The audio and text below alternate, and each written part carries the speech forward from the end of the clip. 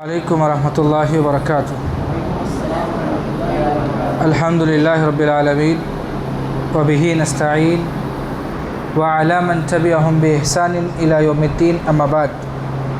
اعوذ باللہ من الشیطان الرجیم، بسم اللہ الرحمن الرحیم۔ وشر الامور محدثاتها وکل محدثۃ بدعہ وکل بدعۃ ضلالہ وکل ضلالۃ فی النار۔ جیسا کہ گزشتہ 2 کلاسوں کے اندر بدعت کن کن چیزوں میں پائی جاتی ہے اور بدعت کا صحیح مفہوم اور اس کا مطلب آپ لوگوں کو بتایا گیا، دوبارہ سرسری طور پر ریویژن کرتے ہوئے ہم کلاس کو آگے بڑھائیں گے۔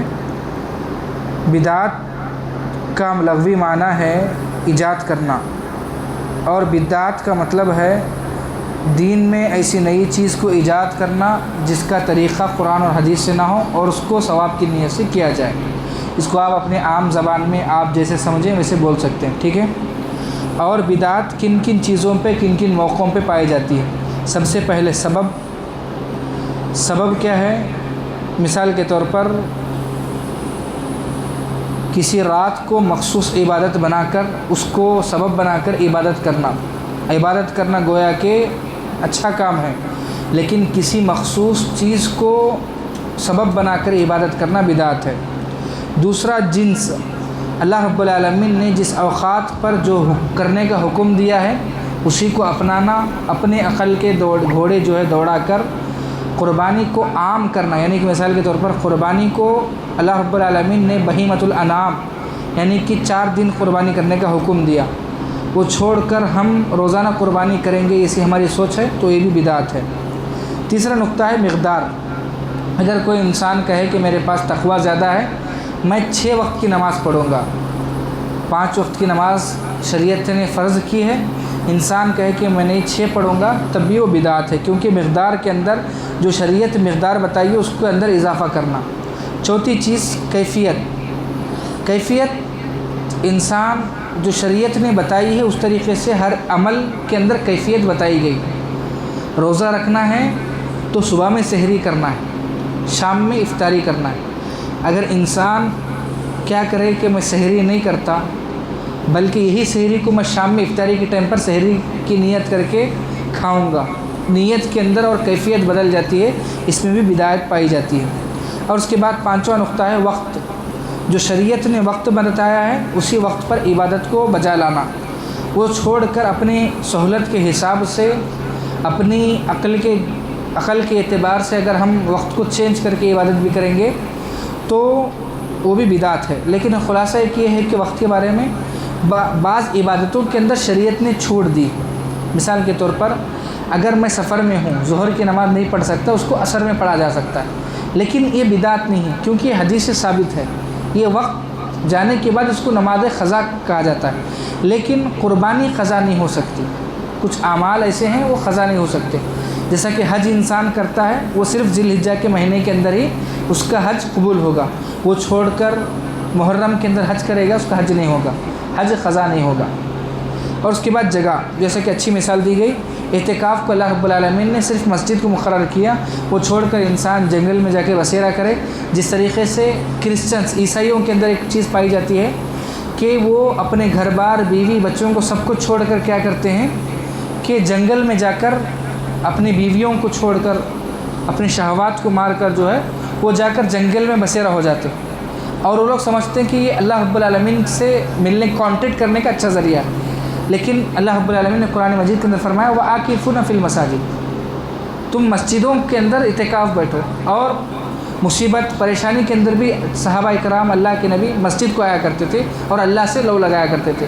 ایسا کہیں نہیں ملتا ہے کہ اللہ کے نبی جو ہے جنگل و بیابان میں جا کر لوگوں کو یہ حکم نہیں دیا کہ آپ جو ہے اپنے بیوی بچوں کو لاچار مجبور چھوڑ کے جا کر عبادت کرو، ایسا شریعت نے ہمیں اجازت نہیں دی۔ یہ 6 نکات کل کے اور پرسوں کے فرسٹ اور دوسری کلاس کے نکات تھے جو سرسری طور پر آپ لوگوں کو بتایا۔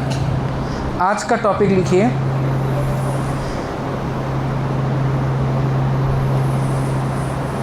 بدعت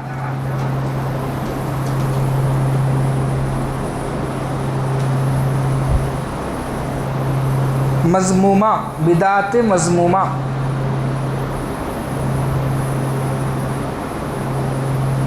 بدعت مذمومہ کا خلاصہ۔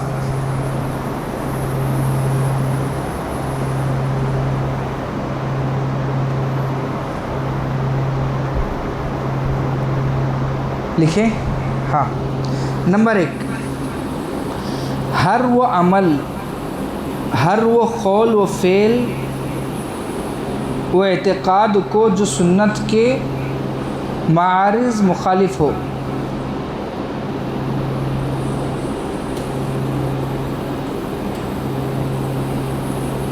لکھیں،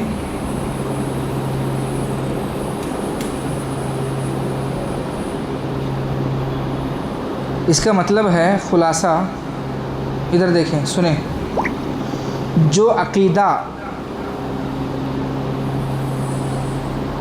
عقیدہ بات یا عمل، دیکھو قول و فعل مطلب کہ بات اور کام سنت کے مخالف ہو تو بدعت ہے۔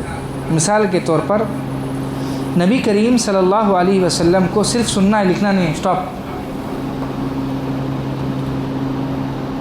پہلا کیا ہے؟ ہر فعل و قول و عقائد کو سنت کے مخالف کرنے والی اعمال کو بدعت کہا جاتا ہے۔ مثال کے طور پر نبی کریم صلی اللہ علیہ وسلم کو حاضر و ناظر ماننا،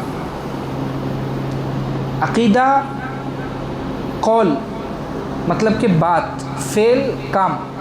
اللہ کے نبی کو ہم شریعت کے اعتبار سے، اللہ رب العالمین نے قرآن مجید کے اندر فرمایا، اے محمد صلی اللہ علیہ وسلم آپ کو بھی مرنا ہے۔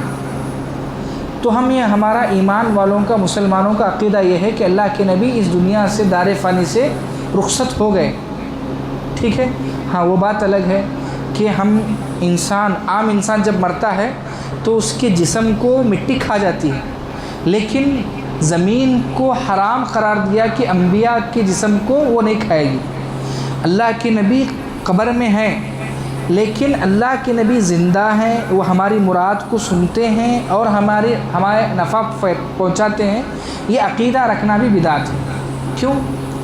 کیونکہ جو انسان، وَإِذَا مَاتَ الْإِنسَانُ أَوْ يَنْطِقُ بِهِ عَمَلُهُ، جب انسان مرتا ہے تو اس کا اعمال ختم ہو جاتا ہے۔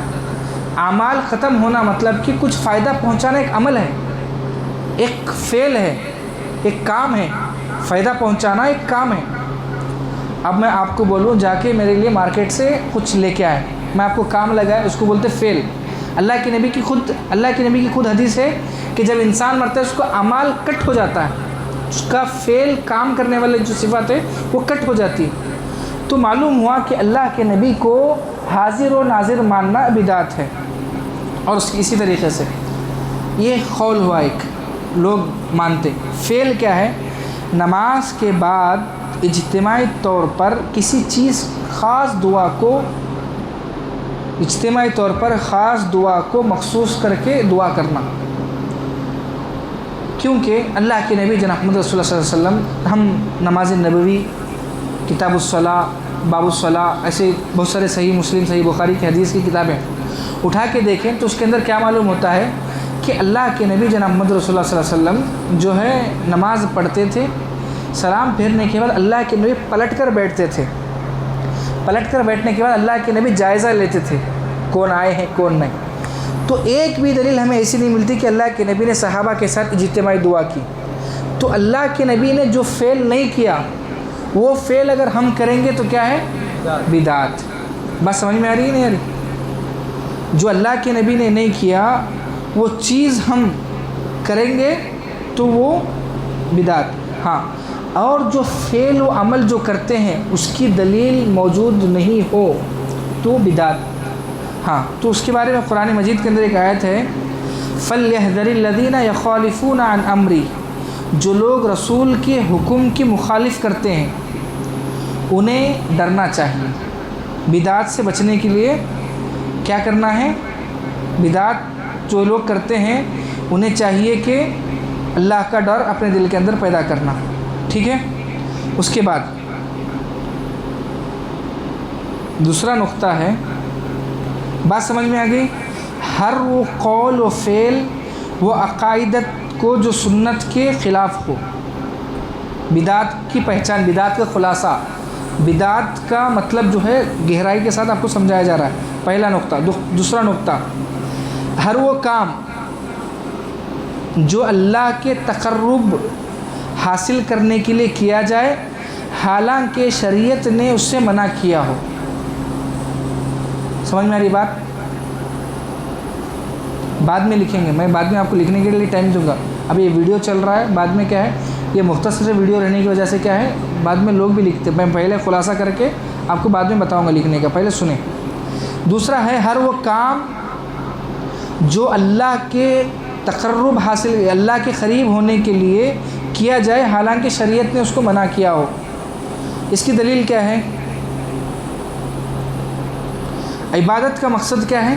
اللہ کے قریب ہونا، ٹھیک ہے، لیکن اس لیے وہی طریقہ اختیار کیا جائے جو رسول اللہ صلی اللہ علیہ وسلم نے بتایا۔ عبادت اللہ کے قریب کرتی ہے تو ہمیں وہی طریقہ اپنانا چاہیے جو رسول اللہ صلی اللہ علیہ وسلم نے فرمایا۔ مثال کے طور پر مخصوص راتوں میں ایسی نمازوں کو ایجاد کرنا جو سنت سے ثابت نہیں۔ اب مثال کے طور پر شریعت میں برتھ ڈے بنانا کیسا ہے؟ حرام ہے۔ اگر میں بولوں نہیں، شریعت کے اندر برتھ ڈے بنانا حرام ہے، لیکن اللہ کا شکریہ ادا کرنے کے لیے آج کی رات میں پیدا ہوا، یہ رات کو آج کی رات میں 20 رکعت تہجد پڑھوں گا، بدعت۔ کیوں؟ کیونکہ عبادت اللہ کے قریب کرنے والی ہے لیکن نبی کے طریقے پر نہیں ہے۔ بات سمجھ میں آ رہی ہے؟ ہمارا مقصد کیا ہے؟ اللہ کو قریب ہونا ہے، لیکن طریقہ نبی کا طریقہ نہیں ہے۔ اور اسی طریقے سے میلاد یا چہلم کے ثواب کے ذریعے اس کو سمجھنا، یعنی کہ اللہ کے نبی کی پیدائش کے موقع پر اختلاف تو ہے، لیکن عید میلاد کے دن لوگ اللہ کے نبی کی پیدائش کے موقع پر کیا کرتے ہیں؟ لوگوں کو کھانا کھلاتے ہیں۔ کھانا کھلانا ثواب کا کام۔ کھانا کھلانے کو اللہ رب العالمین نے فرمایا کہ کل روز قیامت کے دن جہنم میں جائیں گے وہ لوگ جو مسکینوں کو کھانا نہیں کھلاتے۔ کھانا کھلانے کا ثواب، جنت میں لے جانے کا ثواب، اللہ کے قریب ہونے کا ثواب، لیکن میں نے مخصوص کیا اس دن کو، شریعت کے اندر اس کا کوئی مطلب نہیں ہے۔ اس چیز کو میں نے خود سے طے کیا کہ نہیں، یہ میلاد کا دن ہے، میں اس دن لوگوں کو کھانا کھلاؤں گا۔ اللہ کے قریب ہونے کا ذریعہ تو ہے لیکن طریقہ اللہ کے نبی جناب محمد رسول اللہ صلی اللہ علیہ وسلم سے نہیں ہے۔ اسی کے بارے میں حدیث بھی ہے، ہر نئی چیز بدعت ہے اور ہر بدعت گمراہی ہے۔ ابو داؤد حدیث نمبر 4607۔ بس سمجھ میں آ گئی؟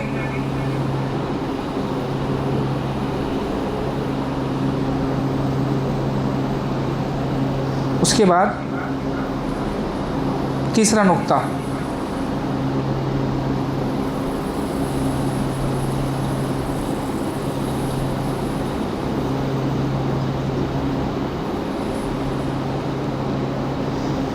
ہر وہ عقیدہ جس کی شرعی دلیل موجود نہ ہو۔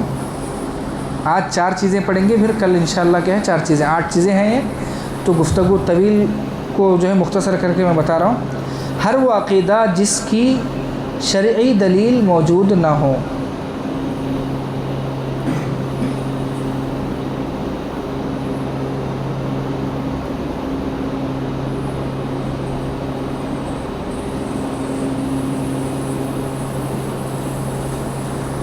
عقائد قرآن و سنت سے ثابت ہوتے ہیں، عقل یا خوابوں سے نہیں۔ اس کا مطلب ہے عقائد جو ہے، جو عقیدہ ہمارا ہے، عقیدہ کس کو بولتے ہیں؟ عقیدہ ایک مضبوط چیز ہے۔ ہمارا عقیدہ ہے کہ اللہ موجود ہے، ہمارا عقیدہ ہے فرشتے ہیں، ہمارا عقیدہ ہے کہ نبی تھے، ہمارا عقیدہ ہے کہ قرآن اللہ کی کتاب ہے، ہمارا عقیدہ ہے کہ مرنے کے بعد ہمیں زندہ ہونا ہے۔ یہ عقیدہ سنت سے ثابت ہونا چاہیے، اپنے عقل سے اور اپنے خوابوں سے ثابت نہیں ہونا چاہیے۔ مثال کے طور پر اولیاء کو مشکل کشا حاجت رواں سمجھنا، سمجھ رہے بات؟ ہمارا عقیدہ سنت سے ثابت ہونا چاہیے۔ اللہ ہے، اس کی دلیل کیا ہے؟ اللہ ہے، اس کی دلیل کیا ہے؟ اللہ کی اللہ ہونے کی دلیل یہی ہے کہ اللہ انسان کو بنا کسی رکاوٹ کے دنیا کے اندر سانسیں لینے کا موقع دیتا ہے۔ جب قرآن پڑھتے ہیں ان فی خلق السماوات والارض واختلاف اللیل والنہار والفلک التی تجری فی البحر بما ينفع الناس، اللہ وہی ہے جو آسمان اور زمین کو بنایا اور دن اور رات کے اندر اختلاف پیدا کرتا ہے، اور ایک دلیل کیا ہے؟ سب سے بہترین دلیل قرآن میں قل هو اللہ احد، اے نبی آپ کہہ دیجئے اللہ ایک ہے، اللہ الصمد، وہ بے نیاز ہے، لم یلد ولم یولد، نہ وہ کسی کی اولاد ہے نہ اس سے کوئی اولاد ہے، ولم یکن لہ کفوا احد، وہی مددگار ہے۔ سمجھ میں آ رہی بات؟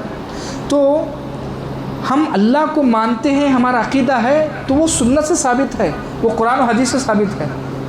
ہم فرشتوں کو مانتے ہیں، فرشتوں کو مانتے ہیں، اس کی دلیل کیا ہے؟ اللہ نور السماوات والارض، کہ اللہ کے فرشتے ایسے ہیں کہ دلیل بھی کیا ہے؟ ان اللہ و ملائکتہ یصلون علی النبی، بے شک فرشتے اللہ کے نبی پر درود بھیجتے ہیں، تو معلوم کیا ہوا؟ فرشتے موجود ہیں۔ اور قرآن اللہ کی کتاب ہے، کیسے معلوم؟ قرآن میں ہے شہر رمضان الذی انزل فیہ القرآن، یہ ہم نے رمضان میں قرآن کو نازل کیا، یعنی کہ جو ہمارا عقیدہ جس چیز کے اندر موجود ہے، عبادت، ریاضت، مشکل کشا، حاجت روا، جس کو بھی جو بھی مانتے ہیں، نبی کو ہم نبی مانتے ہیں، مشکل کشا نہیں مانتے، کیوں؟ ہمارا عقیدہ جو نبی سے جڑا ہوا ہے وہ عبادت سے نہیں جڑا ہوا ہے، ہم نبی کو سنتوں کے لیے اپناتے ہیں، رب کو عبادت کے لیے اپناتے ہیں۔ سمجھ میں یہ بات؟ تو ہم جو بھی عقیدہ ہم رکھتے ہیں اس کی دلیل ہونا ضروری ہے۔ اب اولیاء کو مشکل کشا، حاجت روا مانتے ہیں، اس کی دلیل کہاں پر موجود ہے؟ اولیاء، اللہ نے قرآن مجید کے اندر فرمایا الا ان اولیاء اللہ لا خوف علیہم ولا هم يحزنون، ولیوں کی ڈیفینیشن اللہ نے بتایا کہ وہ ایمان والے ہیں، وعلی ربہم یتوکلون، اور اللہ پر بھروسہ رکھنے کے والے ہیں۔ ہاں اگر صحیح معنوں میں انسان ایک ولی ہے، ولی میں بھی بن سکتا ہوں، ولی آپ بھی بن سکتے ہیں، شرط یہ ہے کہ صحیح معنوں میں ایمان ہونا اور اللہ کا ڈر ہونا اور اللہ پر بھروسہ ہونا، تین چیزیں آ گئی تو ولی بننے کے بعد قرآن و حدیث سے یہ ثابت کر کے دکھانا ہمیں کہ ولی ہمیں فائدہ مشکل کچھ حاجت روا ہو سکتے ہیں۔ شریعت کے اندر اس کی دلیل کہیں نہیں ملتی، کیونکہ مردوں کے سننے یا تصور کرنے کا عقیدہ رکھنا یہ سنت سے ثابت نہیں ہے۔ اب ولی زندہ رہتے ہوئے بھی کوئی مشکل کشا، حاجت روا نہیں ہو سکتا، لوگ مرنے کے بعد اس کی خبر کو جا کر اس کو مشکل کشا، حاجت روا مانتے ہیں۔ تو ان المیت لا یسمع خفا یعلیہ ولوا مدبرین حین یقول لہ، جب میت کو دفنا کے جاتے تو وہاں 70 قدم یا 40 قدم تک میت جوتوں کی آہٹ کو سنتی ہے، جوتوں کی آہٹ کو سنتی ہے، یہ دلیل بتا کر لوگ کہتے ہیں نہیں مردے سنتے ہیں۔ ہاں اگر مردے سنیں گے بھی تو آپ کو خبر میں سے تھوڑی نکال کے دیں گے۔ اگر یہ عقیدہ رکھنا کہ جو خبر کے اندر موجود ہیں یہ ہمیں فائدہ پہنچاتے ہیں تو یہ بھی بدعت ہے۔ بات سمجھ میں آ گئی؟ ایسے چیزیں، ہر وہ عقیدہ جس سے شرعی دلیل موجود نہ ہو۔ تین چیزیں آج کے لیے کافی ہے، انشاءاللہ آگے کے درس کے اندر بہت ساری چیزوں کی وضاحت کریں گے۔ ایک اور مرتبہ دیکھیے، نمبر 1، ہر وہ قول و فعل و عقائدت جو سنت سے مخالف ہو، ہر وہ کام جو اللہ کے تقرب حاصل کرنے کے لیے کیا جائے لیکن شریعت سے اس کی دلیل نہ ہو، ہر وہ عقیدہ جس کی شرعی دلیل موجود نہ ہو۔ بات سمجھ میں آ گئی؟ تین چیزیں انشاءاللہ کل کے درس کے اندر اور چیزیں بتانے کی کوشش کی جائیں گی۔